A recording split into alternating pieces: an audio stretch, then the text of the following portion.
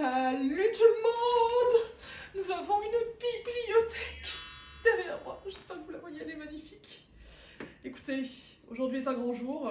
Nous allons aménager ma bibliothèque. Et donc je me suis dit que ce serait une super idée de vous dire un peu comment aménager sa bibliothèque pour la rendre harmonieuse. Surtout que la nôtre, elle est dans notre espace de vie, le salon salle à manger. Donc il faut qu'elle soit harmonieuse, pas trop bordélique et pas trop rigide. Super challenge que je me suis dit que j'allais relever avec vous. Et pendant cette vidéo, je vous donnerai quelques tips and tricks justement sur comment rendre une bibliothèque harmonieuse. C'est parti? C'est parti. Let's go. Let's go. Let's go. Il fallait couper là.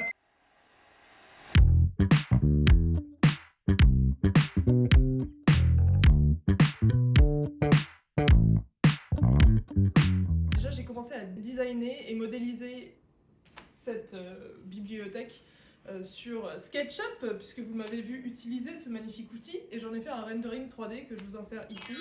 Et ensuite, j'ai été aidée par mon menuisier, qui n'est autre que mon mec, mon mari, Non, oui, Thomas. oui, Voilà. Donc, du coup, Thomas. c'est moi. J'ai l'impression... Non, en vrai, je vais prendre la caméra et on va regarder d'un peu plus près comment t'as fait tout ça.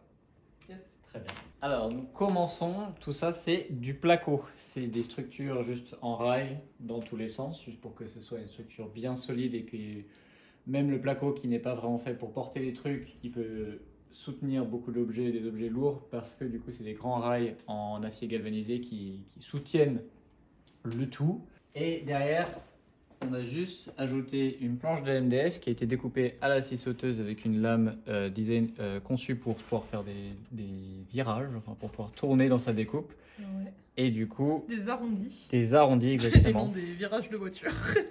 Bah, j'ai drifté sur le bois clairement.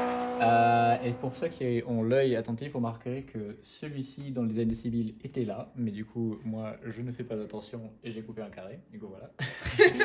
Design forcé. Du coup, on a donc plein de petites étagères qui ont des tailles et des formes différentes. Et là-haut, on a en tout, je crois, 3 mètres 50 Plus ou moins. à peu près, donc d'une grande rangée de livres. Et enfin, ce qu'on a mis pour cacher tout ce qui est technique. Du coup, c'est vraiment juste une multiprise ici et qui permet de l'allumer, de l'éteindre Ouais. assez facilement. Que tu as vu passer dans le placo pour aller juste en dessous. Et tout ça, c'est relié à la prise qui est derrière le canapé. Ah bah si, on la voit ici. Voilà, et donc du coup, ça ce sera, donc c'est dans cette niche-là, et c'est aussi dans la même niche ici. Donc ça, c'est des éléments techniques qu'il va falloir qu'on vienne cacher avec la déco de l'aménagement en fait de la bibliothèque.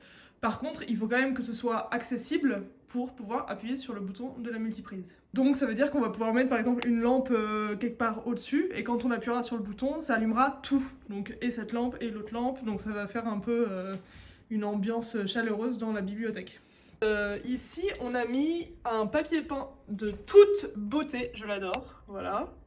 Et en fait, ça donne de la profondeur. Alors, évidemment, on n'a pas fini ce genre de petits trucs, donc ne regardez pas. Faites genre, ça a été poncé et repeint derrière. Un tome. Ça aurait été très plain sans ça. Et là, ça fait vraiment un truc trop beau, ça attire l'œil, ça donne de la profondeur à la bibliothèque. Et en plus, je recommande, puisque souvent, ce que vous voyez, c'est aussi des personnes qui mettent des papiers peints ou du tissu ici. Mais en fait, en mettant et en enlevant vos livres, évidemment, il va s'abîmer, voire se déchirer, donc très mauvaise idée. On a quelques finitions à finir, mais on va aussi essayer d'ajouter quelques moulures. Notamment Oui. là, on voit que les espaces, ils sont encore assez, on se les voit encore. Un peu de silicone par-ci par-là. Essayer de rendre les sections du dessus un peu plus arrondies, un peu plus élégantes, et faire la liaison avec le plafond, avec des jolies moulures, sans trop faire dans la complexité, juste des petites plaintes qu'on trouve facilement chez Leroy Merlin, mais quand tout est mis ensemble, c'est pas mal du tout. Voilà, très bien. Du coup, il y a différents moyens de ranger une bibliothèque. Alors, le truc super à la mode en ce moment, que vous voyez un peu partout sur TikTok et YouTube, c'est de ranger par couleur. Ensuite, vous pouvez ranger évidemment par ordre alphabétique quand vous voulez retrouver vos livres et que vous avez une très très bonne mémoire des auteurs, ce que je n'ai pas, hein, voilà. Ensuite, vous pouvez aussi ranger avec des objets déco, donc c'est-à-dire ne pas mettre que des livres.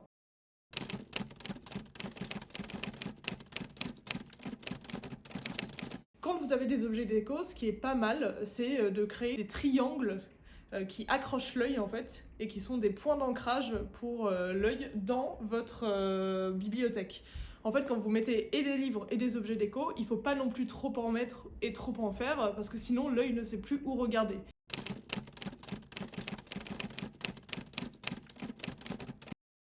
Un tips important, c'est évidemment de penser à l'utilisation et l'usage que vous allez faire de votre bibliothèque. Si comme moi, vous avez des personnes qui, quand ils viennent chez vous, regardent les livres et s'en emparent pour en lire un de temps en temps, alors je vous conseille évidemment de ne pas les mettre tout en haut. Donc il faut bien y penser. Quand des personnes viennent chez moi par exemple, j'ai beaucoup d'amatrices et amateurs de romans graphiques. Donc je vais aller mettre les romans graphiques que je sais qu'ils n'ont pas chez eux et qu'ils n'ont pas encore lus, et ben sur les premières étagères.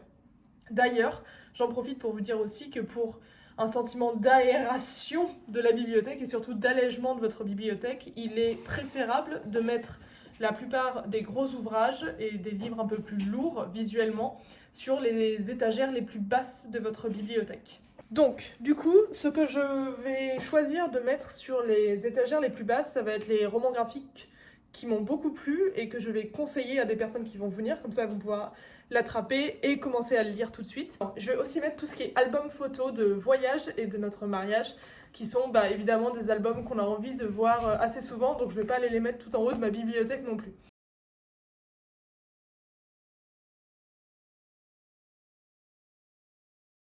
Pour nous, la bibliothèque, comme vous l'avez vu, elle est faite très organiquement, donc c'est-à-dire que le fini de la bibliothèque, il est très brut. Donc il y a plein de... On a fait de la peinture à la chaux laisse des marques, donc c'est très brut, très organique, les formes sont rondes, elles sont pas carrées, donc on va essayer de garder ça dans l'âme de la bibliothèque. Moi je veux une bibliothèque qui vive, qu'on ait l'impression qu'elle nous appelle pour aller tirer un livre, voilà. Donc, pour ce faire, j'ai mis ici plein de choses qu'on pourrait mettre dans cette bibliothèque. Donc j'ai commencé à ranger les livres par taille. Voilà, tout simplement. Et après, par ici, on a plein d'objets de déco. Donc vous voyez, une lampe, des serre-livres, même des minéraux, un peu comme ça. Évidemment de la nature. Super important de mettre du verre dans votre bibliothèque si vous voulez qu'elle soit organique. Il faut de la nature. Des bougies fermées pour éviter que vous ayez des invités qui se lancent dans l'allumage de bougies intempestifs et qui brûlent votre bibliothèque. Ce serait dommage. Dommage quand même. Ensuite, j'ai des vases, j'ai des bougeoirs, des petits encens. Et bon, après, j'ai des fleurs, etc., etc. Ensuite, dernière chose, dans une bibliothèque, vous avez quand même une grosse différence entre des livres comme ça, très simples, et des livres avec des très belles reliures et des très beaux graphismes. Et ça, c'est pour le coup très dur. Donc en fait, il faut trouver déjà un moyen d'harmoniser les livres ensemble. Typiquement, là j'en ai 3 gros. Si vous mettez tout ça ensemble, ça fait beaucoup. Ça va être très chargé. Donc soit vous en mettez un qui vous plaît beaucoup à un endroit en vous disant celui-ci je veux le mettre en valeur, soit vous essayez évidemment de faire un peu des mélanges parmi vos textures de livres, ce que j'appelle les textures de livres.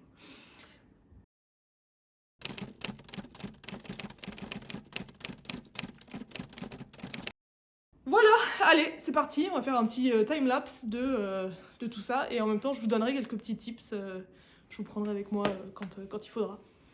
C'est parti!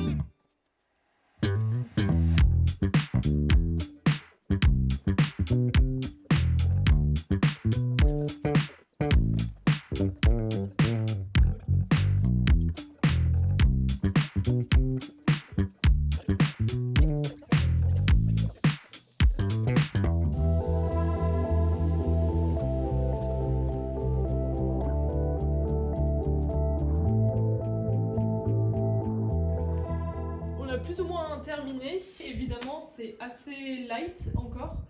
On a gardé beaucoup d'espace pour ajouter des livres. C'est un peu le but d'une bibliothèque. Une bibliothèque trop remplie, bah, on peut plus ajouter de livres, c'est un peu dommage. Du coup, on sait déjà qu'on va acheter la collection des Bridgerton là-haut. Donc on a laissé tout le cadran disponible. Pareil de l'autre côté avec le cadran des dunes. Tout ce qui est du coup sur le grand pan en haut, ce sont des livres qu'on a déjà lus, dont on n'a pas forcément besoin d'aller chercher tous les jours. Donc là j'ai juste mis ce gros livre, Notre-Dame de Paris, ici un roman graphique qui est assez gros aussi. Là, c'est plutôt pour le coup, donc il y a quelques gros romans aussi, mais qui sont avec des plus petits romans. Et en haut, donc il y a juste 2 gros romans, et autre tips, c'est que les inclinés les rend plus fins. Voilà, donc du coup 2 gros romans ensemble comme ça, visuellement c'est pas trop lourd pour l'œil. Petite pause bento qui n'est pas content que son lit a bougé. Tips, mais qui est un deuxième et un troisième, c'est de faire donc ce qu'on disait au début, des triangles qui du coup accrochent l'œil et qui font des points d'ancrage pour la vue. Donc ici, il y a 3 objets qui sont identiques mais seulement différents par la taille. Donc ce sont ces vases-là qui ont été positionnés, un ici, un en haut et un de l'autre côté. Du coup, si vous les reliez, hop, ça vous fait un triangle. Et du coup, l'œil récupère un peu toutes ces informations qui sont similaires et ça équilibre la bibliothèque. Et ensuite, les triangles, vous les trouvez un peu partout, notamment quand vous rangez vos livres. Si vous les rangez du plus grand au plus petit en taille, alors vous créez une sorte de triangle aussi. Donc typiquement ici, mais en haut à droite, voilà. Ici, là, vous avez un triangle aussi. Ces 3-là sur lesquels tu as tes mains, ça fait un triangle en dessous aussi, non? C'était ma remarque, je vois un triangle. Tom voit un triangle dans les formes rondes, c'est quand même magnifique. Non, regarde, point, point, point, point, point, point. Les viewers savent de quoi je parle. Ah, j'en ai un autre. Il y a tellement de tips dans cette bibliothèque qu'on sait plus où donner de la tête. Autre tips pour rendre une bibliothèque un peu plus organique et qu'on ait l'impression qu'elle vive, c'est justement de mettre pas simplement pas d'empiler en fait vos livres verticalement, mais d'en mettre aussi horizontalement. Ça casse en fait le pattern, je sais pas comment on dit en français. Le schéma. Merci. Ça casse le schéma. Ça donne aux yeux un break aussi parce qu'une ligne continue sans arrêt, c'est très fatigant. Normalement, ce qui est bien, c'est de laisser 30% de votre étagère un peu vide et aérée. Déjà, ça donne l'impression que vous allez pouvoir vous-même rajouter des livres dedans, mais aussi ça donne aux yeux une sensation d'un peu de légèreté et que la bibliothèque est pas trop fournie et remplie et pas trop du coup mastoc et lourde. Voilà. Donc, nous on a mis des livres qui permettent à l'horizontale de faire des serre-livres pour les autres aussi. Donc ça c'est tips number 102 là. Ce point-là de la vidéo, je sais plus combien je vous en donne, mais bon, il y en a beaucoup.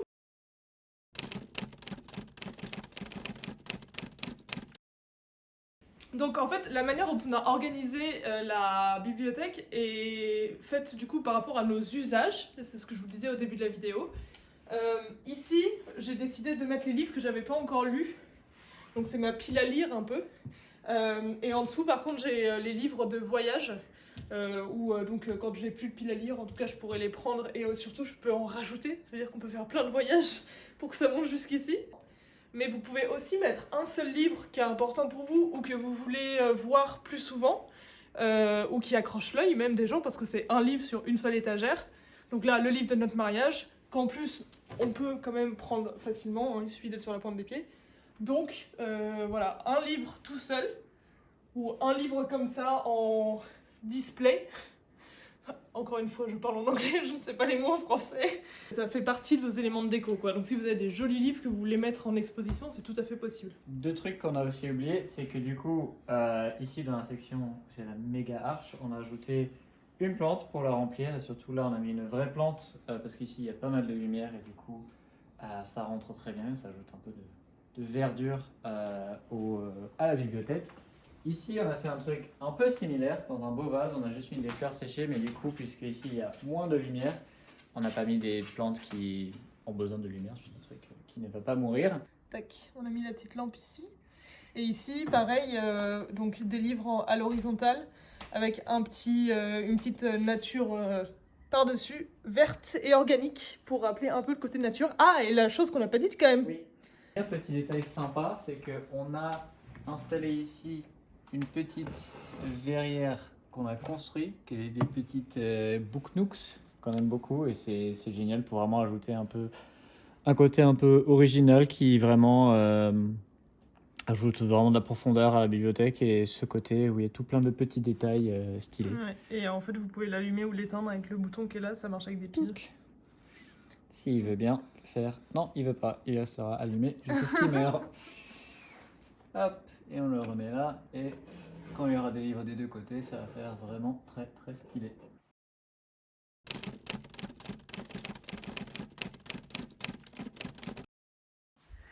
Voilà, c'était la vidéo sur comment organiser sa bibliothèque. Tom est ravi, très heureux, très content. Merci d'avoir regardé. Like and subscribe. For more library tips. Je vais rien pouvoir regarder de cette vidéo, c'est terrible. Il n'y a rien qui va. Bienvenue sur Silk Design Studio. Il n'y a rien qui va.